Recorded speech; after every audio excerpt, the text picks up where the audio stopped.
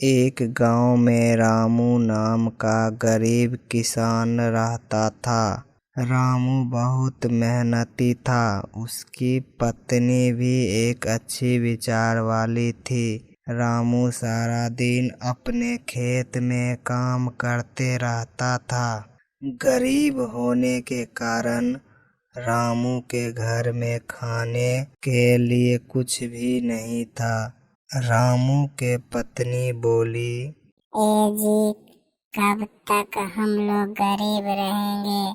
आप सारा दिन खेत में काम करते रहते हैं, फिर भी खाने के लिए घर में अनाज तक नहीं है। रामू कहता है, भाग्यवान, क्या करूं? हमारे ऊपर भगवान रूठे हुए हैं।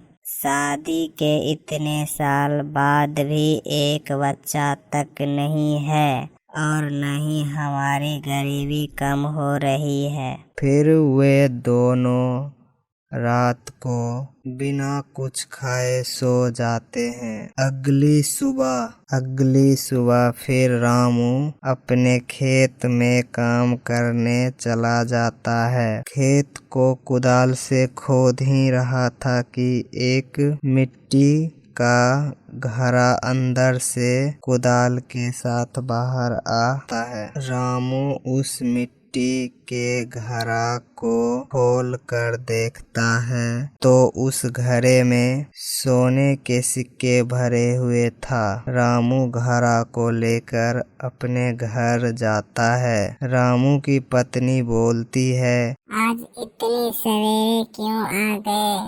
घर में तो कुछ भी खाने को नहीं है।